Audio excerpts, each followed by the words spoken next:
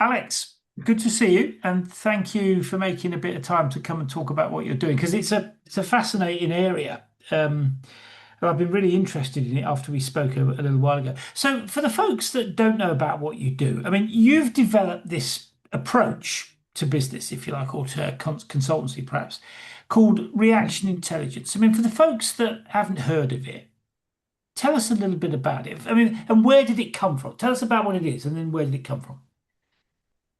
Oh, that's a very deep question. That will take 2 hours just to figure out where Just it give me came the from. edited highlights then. We haven't got 2 hours, unfortunately. After 40 years of work and study everything that I could study from hypnotherapy to NLP practicing to neuroplasticity to reading Mm. thousands of books on the subject and being absolutely obsessed about human behavior and human reaction on their behavior.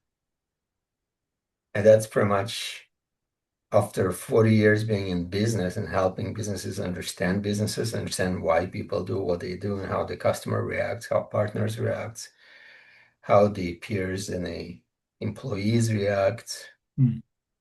That's all pretty much almost necessarily in order for a business to succeed. Yeah. I mean, when we were first talking about it, the thing that really struck me was that it's kind of turning conventional wisdom on the head. So rather than saying this is how you sell things, you're starting with how do people react to what they're being offered? And then you use that as so just explain what reaction intelligence is, because I thought it was such an interesting idea. I mean, I'm conscious it's built on 40 years of your experience and research and all the rest of it, but just give people a flavor of what it is. So the concept is very simple. From the moment we're born to the moment you're gonna die, all you do is managing your reactions. Whether it's reaction to people energy, to weather, to food, that you're hungry, you're cold, you're hot, everything you do in your life is reacting to something. Yeah.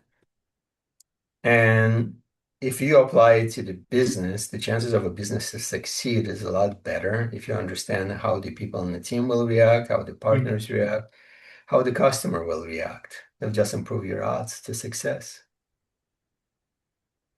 And I mean, I get that, but it's one thing to say, understand how people will react. I mean, I spend my life constantly surprised at how people react to things. I'm thinking, why did you come, why do you do that? You've got a sort of a formula. I mean, formula's perhaps a bit simplistic, but you've got a sort of a method for understanding how people will react. I mean, illustrate that for us. Okay.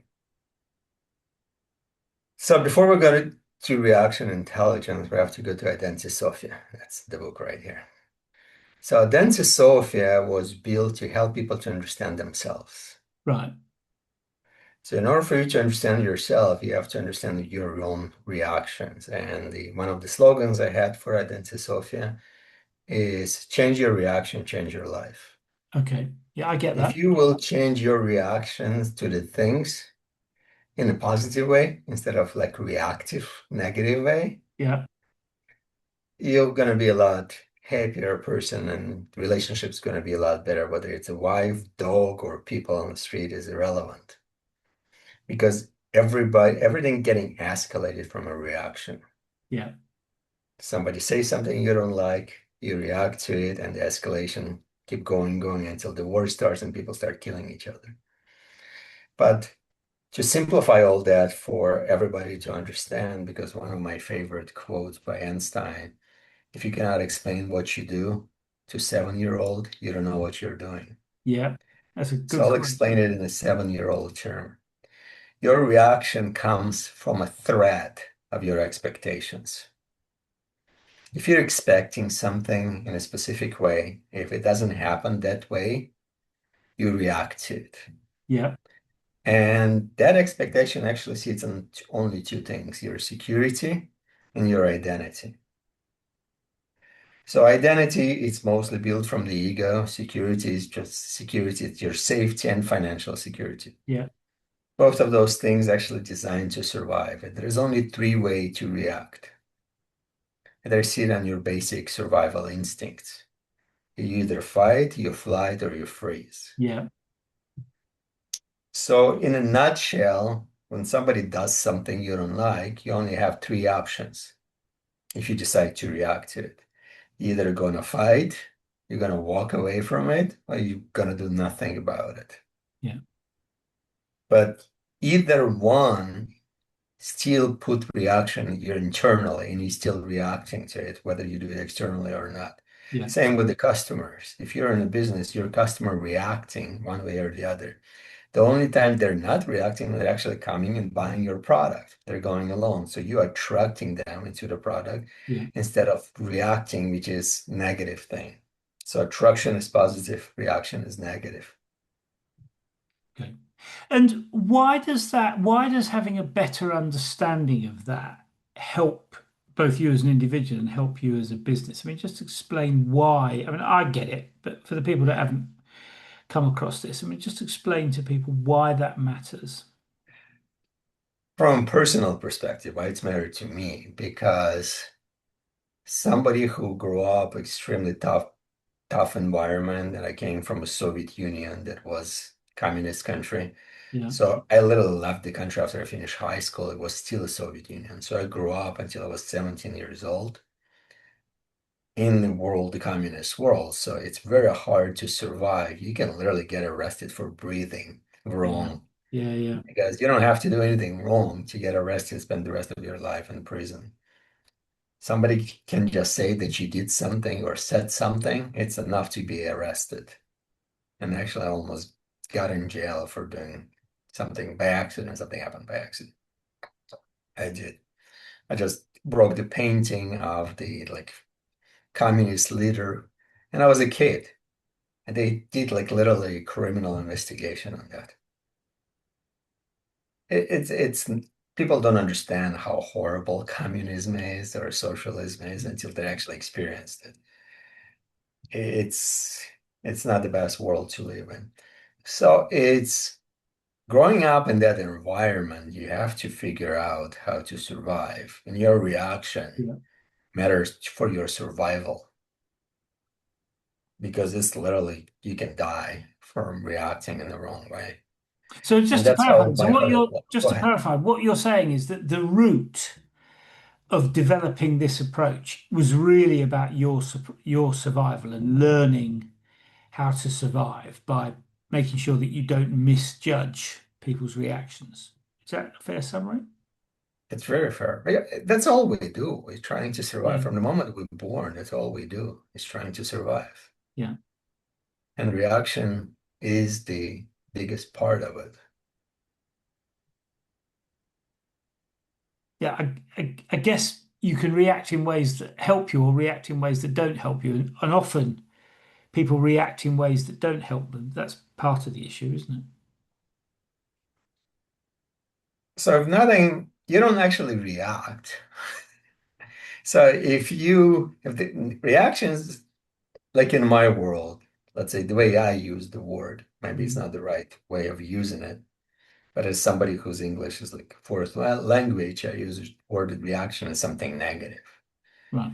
I'm not using it as a positive because Right. when you don't have to react if something good is happening.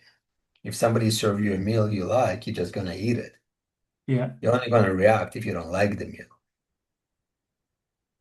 So you have action, you have reaction. In the world of business or relationship, you also have attraction, which is still part of the action. So I split it in three different categories. You have reaction, you have action, you have the attraction. So attraction that you go towards like positively, action, you just go along with wherever you're good. It's a beautiful weather, you go for a walk, nothing bothers you. You don't have to react to anything. Reaction, if something happens, if the dog jumps at you, now you're reacting. Yeah.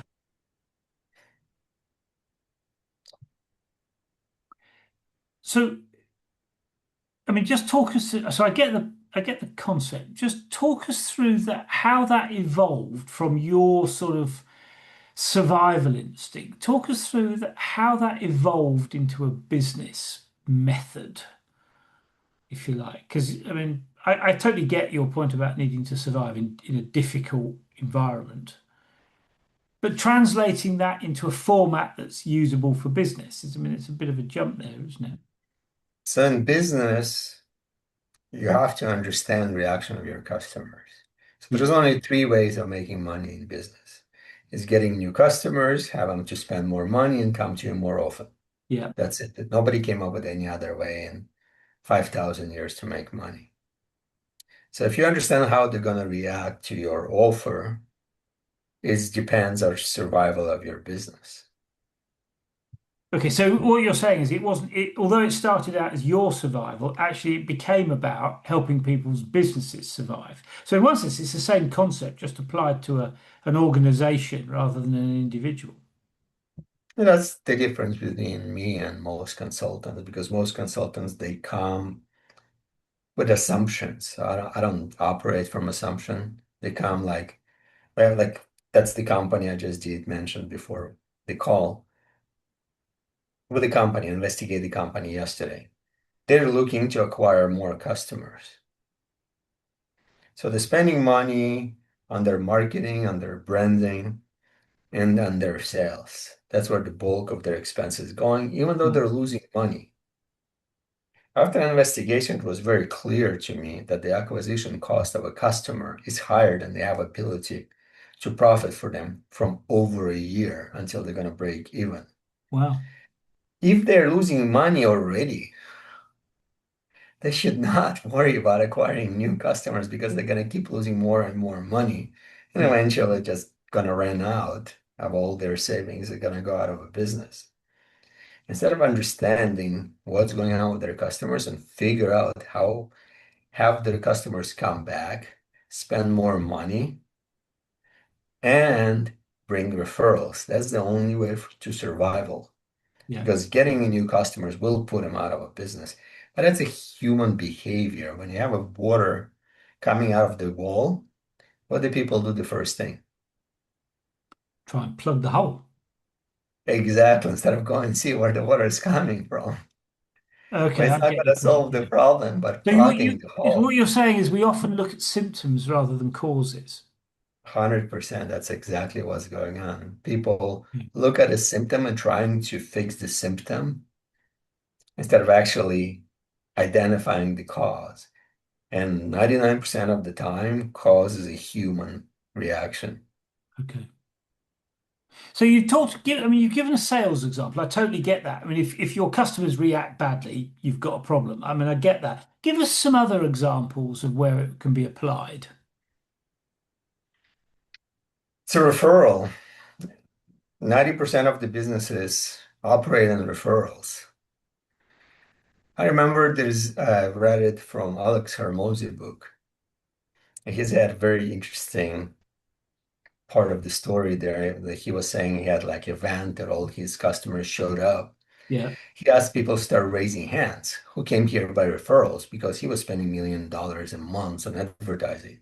He assumed most of the people came from advertising, but he was telling how important referrals are. So he was hoping at least half of the people would raise their hands, but only like 15, 20% raised their hands. And then he thought, okay, that's low. I'm not going to look good here because he asked him again. He goes, come on, don't be shy. It's okay.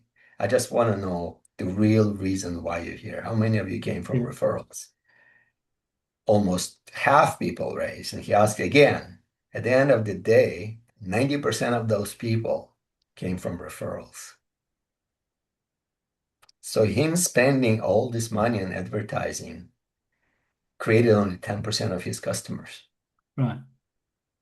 So if you understand people reaction, and referral is a human reaction to Yeah. something that they like, they want to tell other people about it Yeah. because And that's I just think human nature. Go yeah, ahead. no, and I think the other sort of conventional wisdom about business is that the easiest deals to close are from people that are referred to you.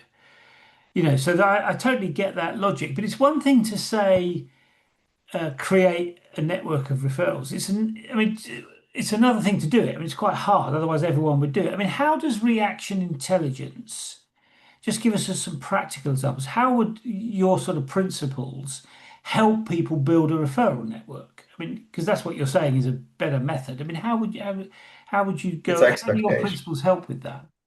So I'm sure you've heard the term that everybody's saying you have to exceed the expectations. Yeah, The people don't understand what that means. right. It's just words. In my world, there's actually it's got a huge meaning because you have to understand people identity and security, the seeds behind their expectation. Yeah. They feel no threat and feel an attraction. They cannot psychologically not to tell somebody else about it. It's like you buying a new car that you love. You want to share it with everybody. You want to show it to everybody. Yeah. If you bought a new house, new watch, whatever the new shiny thing you acquire, you're not necessarily you, but 90% of the people are not going to hide it so nobody can see it. They bought it so they can show it off. Yeah. So if you position them in that place of the world of Tiffany, that was the idea of Tiffany, right? Tiffany was built by referrals because the way they positioned themselves, the people had to show everybody that they have a piece of Tiffany that they purchase. Are you talking about the jewelry manufacturer? The jewelry, Tiffany Yeah, company. okay. Yeah, the jewels. Yeah, okay. Yeah, So what because you're saying that is that people bought Tiffany because they saw other people. There were very exactly, famous actresses. The exactly. one I'm thinking of, I can't remember her name, but it was in Breakfast at Tiffany's. But Yeah, that yeah, was a good movie. I mean, Yeah. yeah, yeah, I can't remember her name off the top of my head, but a brilliant actress. So you're saying that because women see other women wearing the jewels, they react in a way that says, we want to go and buy. So that's how you create that kind of vibe. Is that what you're saying? Yeah, you create the attraction. As I mentioned before, I see it as reaction, action, and attraction. Yeah, So you have to understand people reaction. You have to understand action is pretty much irrelevant. It's just people go along with it.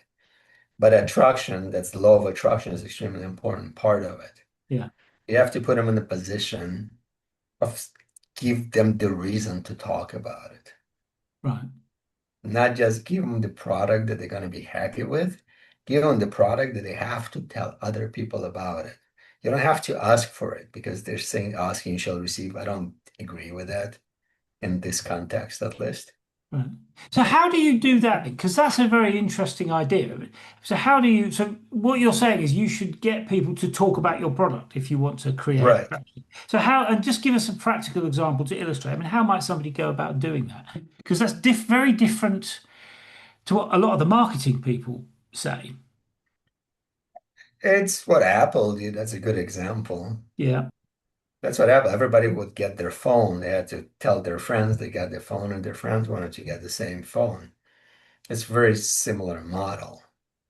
That's where like all the luxury cars, if you go into the nice neighborhood, somebody buys Bentley, somebody goes, oh, it's a nice car, then they go and try to compete with that person yeah, because that's their psychology. People like to be challenged and do better than their next neighbor. yeah, And successful people, they always want to compete. They have a competitive nature, so they always want to outdo you. Whatever you did, you got a nice, you got $1 million watch, I'll go and buy a $2 million watch. yeah,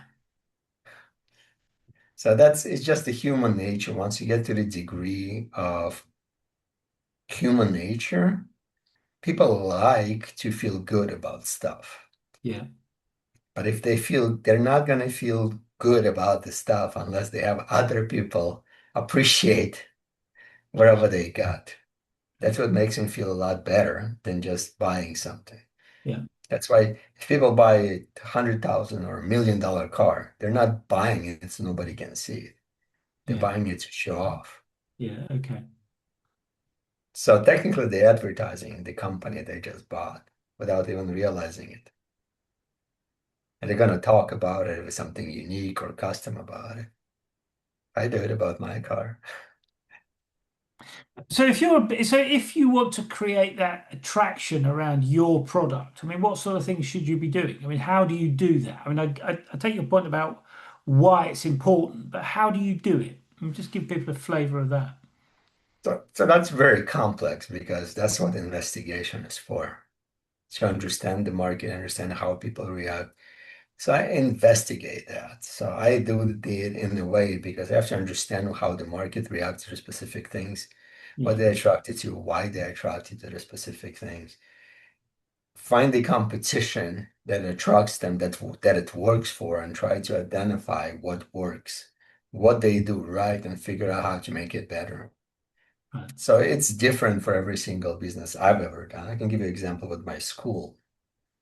So my school, trade school, when I built my trade school, it was growing like crazy. The reason it was growing like crazy, because I'm the only one in the trade school space offer education for free and actually guaranteed jobs.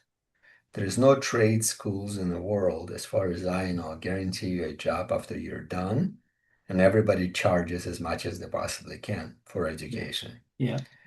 But if you don't, and you've got an education, you've got a job, and yesterday you were more making $5 an hour, today you make $50 an hour, like 3 months later, people see that, they're going to ask you about it. And that's where referrals keep coming. And here's another example. When I was in Italy, that's probably the very even better example. When I was 17 years old, I ran away from war and ended up in Italy, and I was a refugee. I didn't speak the language, didn't have any money, I didn't know how to survive. And one of the other guys who was like, illegal too. I asked him how you make money. He goes, like, I just go wash windows in the stores. Okay, and how you make money? He goes, then you go in the store and pretty much ask for money. So, okay, I'll do it. I don't have a choice. I need to eat something. Yeah. So I'll go and I wash the window, then I go in the store and they'll give me, some people give me a little money, some give me food, some give me nothing, or just chase me with a stick. That happened too. So a few days later, I had another guy in the same position as I am asking me the same question. He goes, how you make money? I'm saying, that's what I do. He goes, no, I cannot do that. That's begging. Can you ask for money and I'll wash the windows? I'm saying, okay. So the next day he coming out with two more guys. He goes, oh, they need money too. Can we all wash windows? You're gonna be asking for money. So within a couple of months, I had 30 employees. I'm 17-year-old in Italy who speak no Italian, have no legal paperwork, and I have 30 people company. It's all on just attracting people who needed to make money. That's why they were coming to me. But how did that, I mean, in terms of that business model, presumably you have to then get the person whose windows are washed to be prepared to pay or to contribute. I mean, how did you bridge that? Now, I don't, the good thing about Europe, you don't have to, it's easy to find stores. They need to have their windows washed, definitely in Rome, Yeah. probably the dirtiest city, in Europe, with the dust and like high humidity.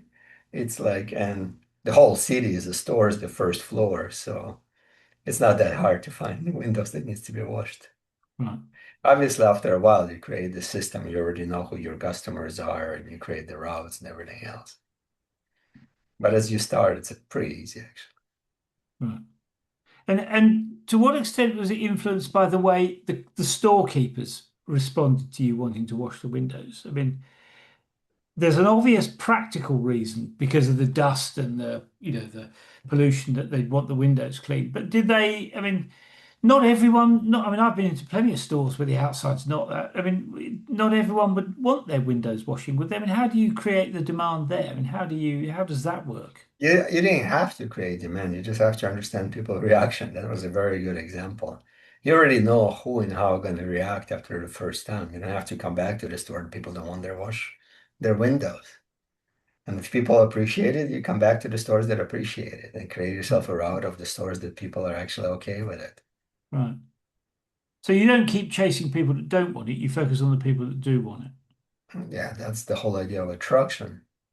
You want to people attract that likes the product. You don't want to attract people who don't want your product. You don't have to sell your product to every single person on the planet. No, no. Although some people think you do. Yeah, unless you're like Apple or something. I don't work with that level of the companies. So, but for the smaller businesses or medium-sized businesses, because my model, it's very hard to implement on the big masses. Hmm. So I operate on the small and medium sizes. That it works very good and it's very easy to manage and control. It would be very hard to do when you have million customers. That would be hard Yeah, to. that's not very practical, is it? Might be Yeah, lucrative, but it wouldn't be very practical. it might be just not worth my time. It's too much work. because I like to see results. And when you have so much work, it will take too much time. I'm a very Yeah. impatient person. I like to see results within 3, 6 months. And most of the people I work with, people are impatient. They want to see results pretty much instantly, right? We live in microwave era. People put something for 5 seconds in microwave and standing above it, waiting for it to click. Yeah. Yeah. So one of the things that we talked about last time was this idea that you've sort of floated up briefly about understanding who benefits from things. I mean, just talk us through why that matters. Because there's sort of two different perspectives on that. There's the kind of, Right, because that's the whole idea of attraction. People who will yeah, benefit will raise their hand. So if I'm doing one-on-one, that's pretty easy to understand or with a group. But if I'm doing like I need like 1,000 customers, for example, Mhm. you can just do literally a mass marketing approach and see who's gonna raise their hand. Like I just mentioned to you before we started recording, I did have a LinkedIn. I decided to get back into the business space and I didn't want to go do advertising or marketing because I know that my model will work anywhere. And I used the LinkedIn as a platform within like less than 2 months. I grew my following thousands and thousands of people, and my activity is higher than most people who's been yeah, on LinkedIn for years. So it's just understanding what people want and give them more of that, yeah. and they will keep coming back and keep asking for more. And that initial piece of understanding, I mean, how do you get that? Is that what comes from doing the investigation? Doing investigation, that's exactly. So I'm not that smart.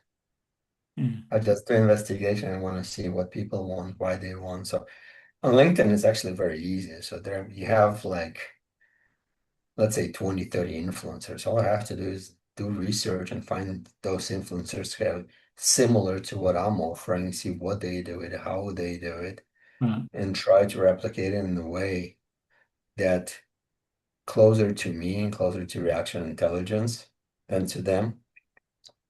And it works. It worked for It worked. I mean, I've got some posts that had 44,000 views after a month that I was on a Mm. LinkedIn. After I came back from zero to 44,000 views on the post, it's quite a bit and hundreds of likes and comments. Yeah. But So what it's but just the easy. point the point that you're making is more subtle, I think, because a lot of people will go to customers and say, "Do you like the product or the service, or don't you?" And they get that kind of feedback. But you're saying something very slightly different, aren't you? Just explain Yeah, that. 100% different. Yeah. I don't ask customers. I ask the competition how the customers react to their product and try to improve it or customize it to whatever I'm doing. So you go to their customers. They have a data. So when you're asking somebody, if you understand human behavior on the level that I do, nobody gonna tell you the truth. Right. So they're either gonna be polite or they're gonna just react to it, right? And Because and sorry, just to pick up the that point. question is already attack. Go ahead. Your point about they're not going to tell you the truth. I mean, why not? Because that's an interesting. Because a lot of people think that they. I mean, would think it was the opposite. I mean, why do you say that? Because what you're also saying is that a lot of market. If people don't tell you the truth, a lot of market research is not that helpful. Yes. So let me give you a very good example. Let's say you have 5,000 people who you think like you Yeah. on whatever the social platform you're running. Go Yeah. and ask him for $10 at the donation and see how many will give you money. Okay. And you'll know the truth, how many of those people are actually willing to support you. Right. And so the customer, it's people always going to tell you what they think you want to hear because that's the way we conditioned. Yeah. Some people conditioned like me to be straightforward. And again, so that's going to be based on how I feel at the moment. It's not necessarily true either. Yeah. Because if you ask me a question, I'm going to react to it because there's no way for me to be attracted to a question. So the question already challenges me. It challenges me. I'll answer it whatever you want to hear just to get over with the question. or I can say that I'm not interested, I'm okay. None of the answer is going to be real because it doesn't cost me anything to give you an answer. Mm, If you have a paying customer, they already like you. They're not going to give you a real answer what the people on the street who haven't spent money with you will. mm, So all those answers are not going to be validated. But if I'm going to go and take the competition who's approaching and does the marketing and same customers that you're looking for, you know exactly how they're going to react. And are you saying that's what you should do? Is go and talk to customers, or sorry, competitors' customers? Yes, that's the whole model I use. Yeah, reaction intelligence. I Mm, investigate. I operate based on data. I use truth as a word for mm, data because everybody's saying data. It sounds boring. So I operate based on truth instead of the assumptions. Because 99% of the people that I've come to work with because they need help, they're all operating on their assumptions. They assume they need yeah, marketing, they assume they need sales, they assume they need more customers, they assume that their customers like them. yeah. So what you're saying is that you want to challenge those assumptions. You want to test out whether those assumptions are correct or not. And one of the ways to do it is to ask people to pay. That tells you whether they're willing to pay, doesn't it? Yeah, bring new customers, see if they're willing to buy the same product Mm, at the same price. So because your acquisition of the customers, people think they know how they acquired customers. That was a very good example of Alex Hormozy model. He thought he's a great advertiser, yeah. Well, he is but he pretty good didn't at realize marketing. 90% of the customers were referrals. Yeah, although he is pretty good at marketing. I mean, he's all over the internet, isn't he? He is pretty good, but he's a lot better by creating value to the people who refer him. He's 10 times better at that. Yeah, And he didn't even realize that. I don't know if he does realize it now. He talks about it, creating value. yeah, But does he actually realize that his superpower is not actually marketing, but creating value for your customers? mm. So, so I'm just trying to get my head around this. So, if you take the Alex Hormozy example, what would your advice to him be now then? To him, just keep doing. There's no need. He's doing great. He doesn't he already figured out what works. It's just Yeah, keep doing the same thing over and over. You're gonna fail once in a while. That's just part of the game. Not every project is gonna work. Not every customer is gonna be successful. yeah, Not every client will listen to you or do what you tell them to do. People will talk stuff about you regardless. yeah, Half people been talking crap about me and then never even met me. So that's normal. yeah, I just like when I talk to my customer, I'm saying you're never gonna find anybody who worked with me before who would say anything bad about me. But people who assume they know me because they watched the video, read the book, or saw my posts, they think they understand who I am and what I do. mm, They don't. Nobody knows the other person. It's impossible to understand somebody. yeah, It's a, it's almost takes a lifetime just to understand yourself. yeah, yeah. Or in my case, not understand myself. I think some of the times. But so let's just translate that into something that what about? I mean, if you're an early stage business person, I mean, what would your advice be? Go and talk to customers, ask them what they're trying to achieve, find out. I mean, what's your advice to them? Before you go into any business, you have to have a clear path to, or what I call access to money.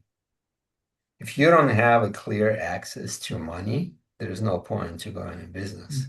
And when you say access to money, I mean, are you talking about a route to market? I mean, what does that language Route to the mean? market, yeah, the hungry crowd, right? The old marketing model, if you're putting the hot dog stand, what is the most important thing? It's not the quality of the food, it's location when you have a hungry crowd. Yeah, The hungry person will buy garbage and they'll eat garbage because they're hungry. So you need to have a hungry crowd. If you don't have the access to the people who need and want your product immediately and willing to buy regardless whether it's good or not, because no matter what you think how great your product is, it's always going to be better. So you have to start somewhere. mm. And are you saying The it's the quality start of is the access. Go are ahead. you saying that it's the quality of the product that matters more, or is it the access? I mean, The access, the product lost. Like I said, the hot dog stand is you can sell like $1 a hot dog and people all lined up. yeah, And they know it's garbage, but they're hungry. They don't care. yeah, yeah. I've always quite liked hot dogs actually. You know, different people are different, aren't they? Yeah, we're a different country, right? Yeah. So if you in New York, there's people like buy the hot dogs in every corner of the street. They sell hot dogs. Yeah. People The buy last them. time I had a, I mean, I like the last time I was in New York, I had a hot dog. It was great. There we go. Everybody eat hot dogs in New York. So Yeah. there's a because there is demand. Yeah. So you start with something. If you start with demand and you figure out the supply, don't worry about how great your product is. Worry about are there people willing to spend money on it Mm. today? If they're not, the product is irrelevant. Mm. But to come back to the reaction piece, I mean, is demand generated by the way they react to your product, or are you saying that the demand would be there anyway? Yeah, no, they have to attract them to your product. Reaction is a negative, right? So they you have to figure out what reaction is from a negative perspective. You wouldn't do that. So you can attract the customers. So the whole idea of reaction intelligence is to understand the negative. So I guess I'm a negative person and I'm always operating from a negative perspective. What you should not do first, then you have to figure out what you should do. Right. So to come back to the hot dog, just give us an example then. So if you're a hot dog stall owner, I mean, just explain how you start from the negative. You start by assuming that nobody wants hot dogs. I mean, just So explain how that works. Because I get yes, your point. I mean, I'm a great believer in negative feedback because it's right, great when somebody says your product's great, but it doesn't help you. Whereas if they say there's a problem with it, you can then fix the problem. So I get the exactly, negative bit, but I mean, a hot dog's a pretty simple product, isn't it? right. So just explain how that works in that, you know, so you're a hot dog, you've just bought a hot dog stall, you've found yourself a corner, Right. First and 14th Street or something, and you want to sell a lot of hot dogs. I mean, what do you do? That's all you do. Just put the stand where the people are going to buy hot dogs. That's it. You don't have to worry about the quality at first. You have to improve the quality so the people come back.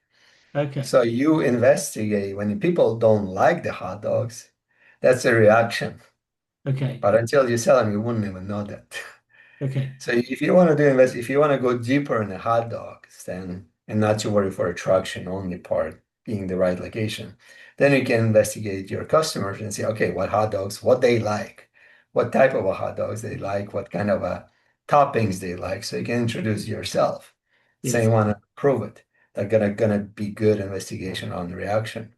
Yeah. But the starting point you're saying is to put it in front of demand. So you find a street Yeah, vendor, yeah, yeah. you'll That's put yeah. it out there, people buy it, and then you find out how they react, and then you develop the The product. hot dog is was example of attraction, not necessarily.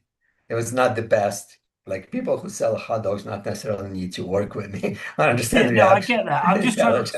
I'm just trying to explore the idea because such a Yeah, the idea of a hot dog, yeah, the idea of a business, you have to just start and investigate. So the best way of starting, the smartest way, even with a hot dog, the smarter thing is to start with a hot dog. If you're going on the street, even if you get in front of a hungry crowd, let's say there's a tweet vendors selling hot dogs there. If you can research them and see how the people react to their hot dogs, what they don't like about it, you can create your own and people will come to you out of those four because you can have something they like and not going to have something they don't like. So yes. all the people who's going to get reject those three places will come to you. Yeah. So, yeah, I mean, I get that. I totally understand that. What about the issue of differentiating your product? Now, I know this is stretching the hot dog example to an extreme, but Right. I mean, how do you? I mean, in business, people talk a lot about how trying to differentiate their products because if in one sense, one hot dog's the same as another hot dog until somebody does something different with it, different relish, different buns. different length hot dog. I mean, I go to a food festival locally and they have great big hot dogs. I mean, so how do you use that intelligence to differentiate? I mean, is that the starting point? Understanding what people don't like, is that the starting point to develop a differentiated product? I don't think there is a need to differentiate yourself. There is a reason maybe to be different as a business to offer similar things as your customers from a different perspective.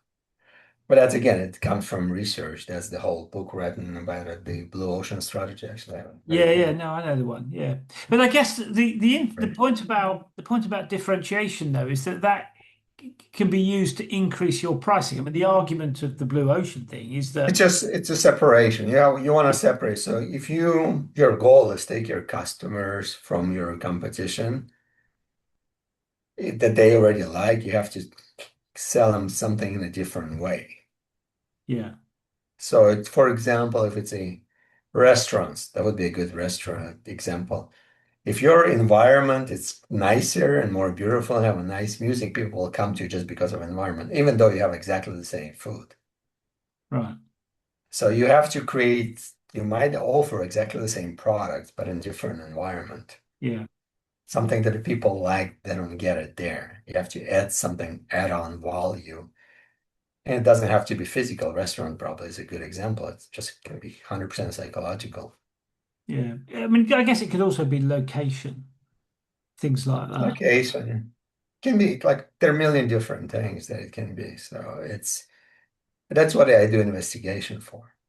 I investigate market, economy, competition, how to separate Mm, yourself, what how you access your customers, what is the best way to access it? Do you want to access them from Google ads or Facebook ads or emails? How your customer, which way of your customers prefer the most. That's you can only do that by research because if somebody already done the work, you can see what worked for them.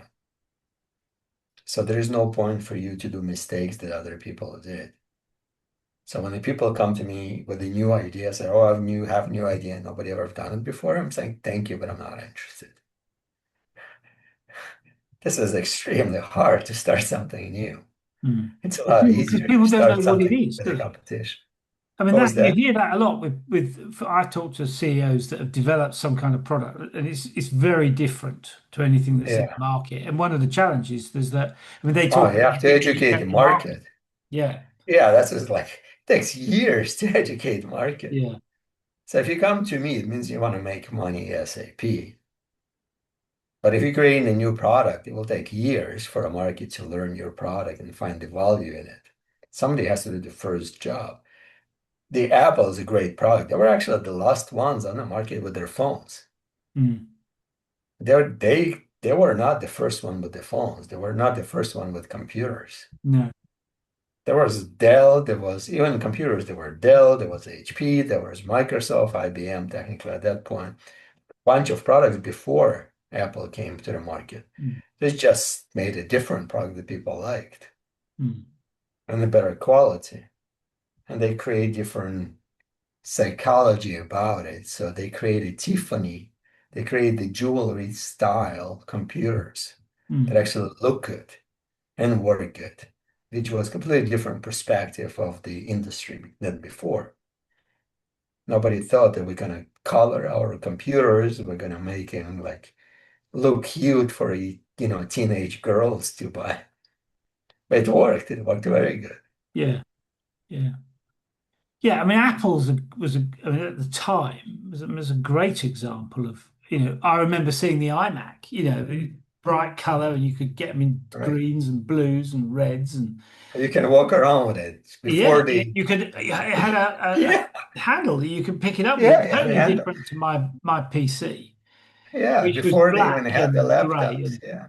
yeah, People forget the Apple figured out how to carry a computer before the laptops. yeah, You would literally would carry around monitor with you. That was funny, but it worked. People liked it. yeah. Well, also the computer it was attached to the screen because it was only Right. the keyboard and the box, wasn't it? You didn't have a separate. thing sat under the desk. I mean, That was the uniqueness of it. Yeah, or they the first one who combined the computer with the monitor. yeah, So it was very portable. They created the first portable computer. yeah. And I mean, I guess that your ideas weren't freely available at that point, but I guess what Steve Jobs realized was that people reacted to that in a particular way. Yeah, when Steve Jobs realized that there's a guy like Alex Moses out there that I need to talk to. Because you met him, didn't you? Yeah, I was advised him for most of the stuff he did. Yeah. And how did you, so how, I mean, just tell us a bit about that story then, because it's such an interesting example of this thing about how people react differently to a product. I mean, I Right. remember thinking how bright and how colorful and how exciting and how attractive the iMac was compared to my PC black box, Yeah, which was fine, nothing wrong with it, but it wasn't nearly as exciting. yeah. It was the Tiffany model. The Apple products were based on Tiffany. I mean, maybe some people know, maybe you can find it somewhere, but most people don't know that. The Tiffany was the idea To make for it a the jewel. Macintosh. Yeah, for the people to make something that actually attracted to, and they want to talk to other people because it's going to be so different. Yeah, And one of the things about the Tiffany product, they have like a turquoise color, that their own Tiffany color, their own turquoise, and everything comes, every product you buy, it comes in the box, and people would never throw away that box. yeah, So even the packaging of the first iPhones and people never threw away the boxes because they were looked so good yeah, and it created like that psychological attachment to the product. And that's the whole idea. People are very, that's they were not first. So again, it was easy to research. You just had to find something to research what people like. And at the time, Tiffany was a good example. I mean, you want to create a product that considered to be very unattractive. Like this iPhone was the first attractive phone. So it was like phones or the computers. Nobody thought about computer making attractive or phone making attractive. yeah, You realize you open up the whole new industry. yeah. Yeah, it's a very interesting idea that. And what's your thoughts on how you do that for service businesses? I mean, products are one thing. I mean, I remember seeing the iMac. It was, it's bright and colourful, caught my attention. Products is one area. What about services? I mean, how do you make services stand out in the same way and so that Same way. customers Just react in that way? that's like I mentioned a few minutes ago, like a restaurant. You can just change the environment. Hmm.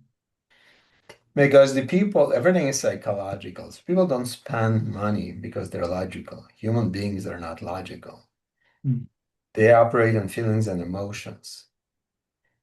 So attraction comes from your emotion, and your emotion is 100 times faster than your thought. Hmm. So when you saw something, you really liked it, you don't even know why. That's the whole idea of attraction. And now you can research that and see exactly why people are attracted to something. Like why people are attracted to yellow and red colors. I don't know. Yeah, I got a red stripe on. I don't know why. I got a red here. I got yellow here. Hmm. I That's got the red. colors I people are got red and attracted yellow. to. I got And red that's and exactly yellow. what I'm saying. Yeah. That's what people are attracted to. People are attracted to yellow color. They attracted to red color. Yeah. So if I want to get people attention, I'm gonna put the red or yellow on top of my advertising, Yeah. and But to it's come back to the, automatically will catch the eye. I take your point about the colours. To come back to services, because it's about interaction between two people. I mean, how do you, in a service setting, create a different reaction in people from the way most people, the kind of reaction that most people would create? How do you You do have that? to investigate. You have to investigate what attracts people. Same thing. There's no difference. It's all psychological. Yeah. It's all psychological. So the people come to you because they feel something about you that they cannot get somewhere else. Right. So, like, I like to go to the small stores when Yeah. people know my name. because my identity is being justified every single day. Time I come, they tell me, hi. I go to the gym every single morning, and the people there always say, hi, Alex, and bye, Alex. Yeah, yeah, I train them to do that. yeah. And I didn't train them by telling them to do that. I train them by telling them. So there's a girl there like Kathleen. So every time I come in, I say, good morning, Kathleen.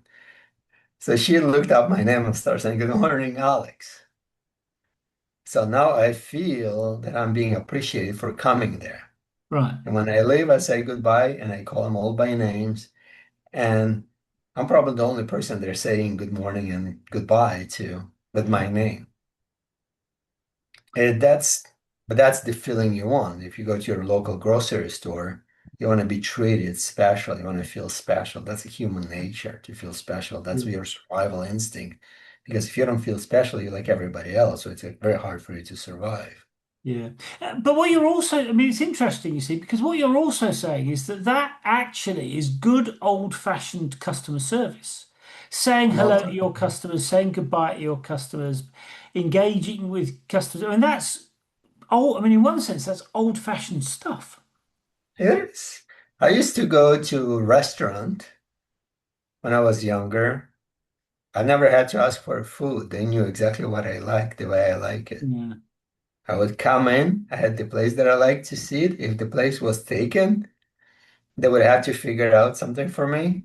Never had to order it. They never had to ask me, is your usual? No, they know that's what I like. That's why I'm there. I'm a very consistent person. I don't like varieties. If I come to a restaurant, if I like something specific to a restaurant, that's what I like. If I go to the other, every restaurant have their specialties, what Yeah. they're good at. And I usually would come to a restaurant because I like something. But if people knew me and they come to me. But that's the reason I came back because of that treatment. Yeah. So it's not just about the food, it's about how you treat it. It's all, yeah, it's psychology. Everything is psychology. Yeah. Even if the food would not be good, I still will come back Mm. because how would this place make me feel? Mm. I created the marketing campaign for a restaurant.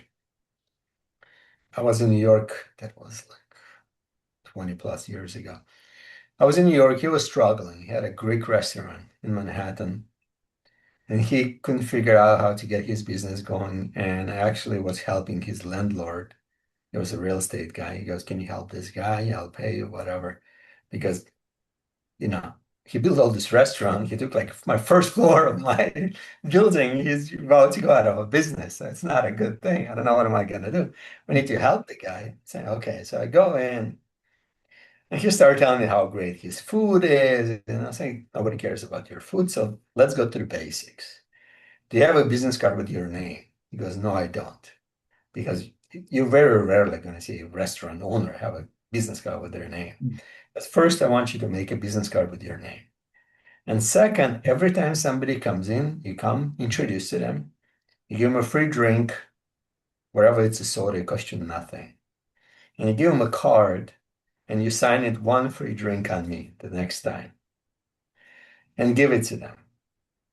So everybody thinks that people will come back because of a free drink, but that's not the case. They're not only going to come back, they're also going to bring their friends with them. Mm. You know why? Because presumably because you made him feel special. No, because they know the owner of the restaurant. Okay. That's a human psychology. So if you have three guys standing on the corner and thinking, what place we're gonna go to? The guy who knows the owner of the restaurant goes, let's go to this place. I know the owner. He'll take care of us. Within 3 months, his restaurant was packed. Mm. But that's all he did. He didn't do anything else. Mm. Making people feel special is the most important thing Yeah. I in a mean, way that nobody it, else does. it is interesting. I mean, I talk to people a lot who are building software as a service businesses, and when they try and sell to you, I mean, it's all about the features and the benefits. Yeah, And I get that because you want the thing to work. I mean, it needs to do what right, it needs to do. Um, right. although they don't spend a lot of time thinking about what you need. They go on about what the product does, which I always think Right, is interesting because most software as a service things, if I want to, I only want the one thing. I want it to do one or two things. I don't need loads right, of stuff from it. But they'll tell you about the 25 different things that it does. And right. I just go away feeling overwhelmed usually. Very good point. I agree. Yeah, you don't want to over. The SaaS companies will go out of business probably in the next 5 to 10 years. They're all going to be out of business. AI will take over. Yeah, There is no need for SaaS products because all you have to do is just tell AI what you want. They will take care of it for you. yeah, You don't have to do any of it. So all this workflow, this type of products, they're going to be eliminated by the market. And that's very good reason not to go and do investigation before you go in the business to understand where the market's going to be a year, 5, 10 years from now. mm, So that's part of investigation, how people are going to react a year, 3 years, 5 years. Is there a growth potential or there is a death potential for the business? mm, If somebody comes to me with a SaaS product, I'll tell them, just get out of it. If somebody comes in with an AI product, I'll tell them, get out of it. You're not going to survive because all the big AI companies like a Facebook, Google, Elon Musk, Grok, ChatGPT, they will cover everything. Eventually, they will destroy all those little companies, just like Microsoft destroyed most of the computer companies. mm, There's only 2 or 3 companies survives, like HP. mm. I mean, you've got They to have create a really different Microsoft. business model in those environments, haven't you? Yeah, you have to. It's there's you don't have to worry about human behavior. That's why I operate from a human behavior. People are always going to be people. Mm, So if you position business from a human behavior, your odds of success is a lot higher yeah. because people are going to be always people. If you operate based on demand from a data, that's extremely dangerous place to survive. Mm, That's why Apple was so successful. The reason the Apple was successful because they used the human reaction to sell the product. They try to understand what's important to people and why would people buy and tell everybody about their product that they just bought. mm, Like in the first days, I don't think anybody would buy iPhone. It would not tell everybody that they have the iPhone. It was such a pride of actually getting the product. mm. And there was like a waiting list. Yeah. People were waiting for a year to buy a product. They would prepay for half a year and sit and wait to get a product. That's demand. That's how you create demand. That's human behavior. Mm, People like anticipation more than they actually like the product. That's why that saying, the people buying a sizzle, not the steak, yeah. it's anticipation. That's what people buy. Yeah. Yeah. Alex, I mean, that's a great way to end the interview. Thank you for sharing that. I mean, buy the sizzle, not the steak is a great quote.